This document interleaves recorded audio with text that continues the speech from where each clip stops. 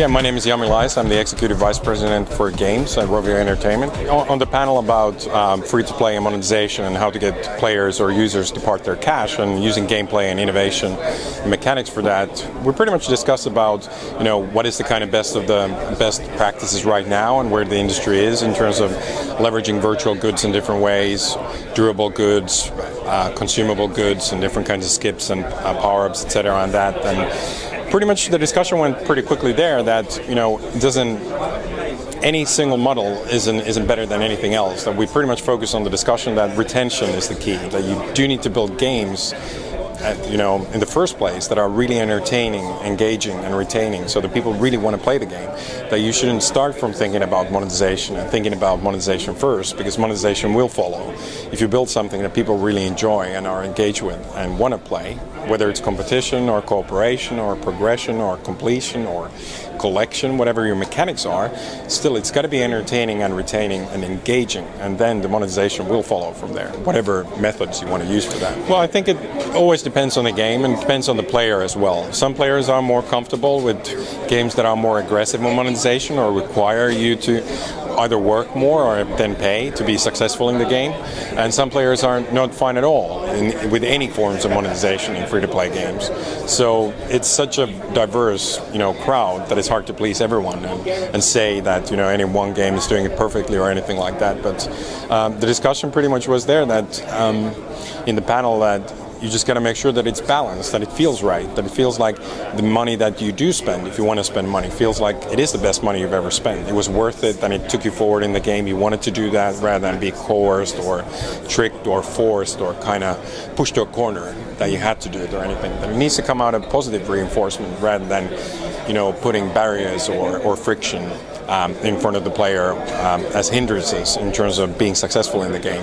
And one of the big topics that we talked about in the panel as well is that free-to-play truly needs to be free-to-play. So even if you don't spend money, you are a valuable player, and you need to be able to play on a level playing field against the players who do spend money, so that it's not a requirement or a necessity for players to spend money, but it's rather just an added bonus for those who want to do that or don't have the time or the skills or want to get something that you can't get so easily just through playing. So it needs to be a balanced experience for the whole community of players and for individuals as well. Well, I think in terms of discovery and how to discover new players and discovery overall, I think we are in a discovery society, actually, to be honest. When there's a billion apps and there's an app for everything, and there's 7 billion people, how do those two discover each other?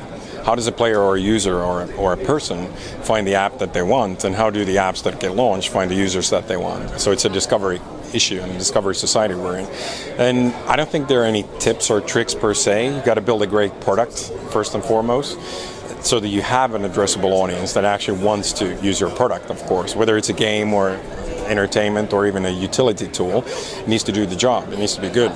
But definitely, working together with the platforms makes a whole big difference. If you build something that Apple or Google or somebody else really likes, and you get the limelight from them, it can definitely help you a lot, especially for a small developer, really kind of leveraging the platform really well, so that the App Store gives you the featuring spotlight. That can help immensely, and social features do help a lot. But social features that are add-ons or somehow slapped later on that really don't actually kind of work together with the core of the game, so that it's not really part of the core experience, they don't work that well. It's not just ticking a box in terms of having social features or Facebook or other discovery networks like Kakao or Line or the things that work well in Asia. Those need to be integral part of the game and the core design of that.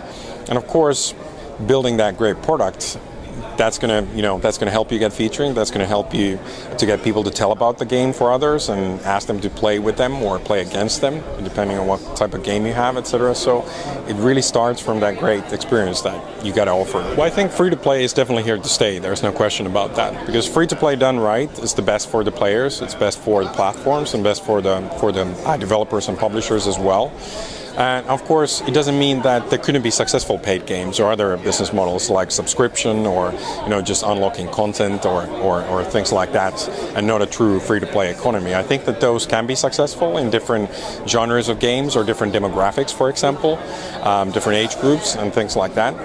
And have we seen the best kind of tricks or the best way to do free-to-play, or is there some new models within that or new ways to do it? I think there definitely will be.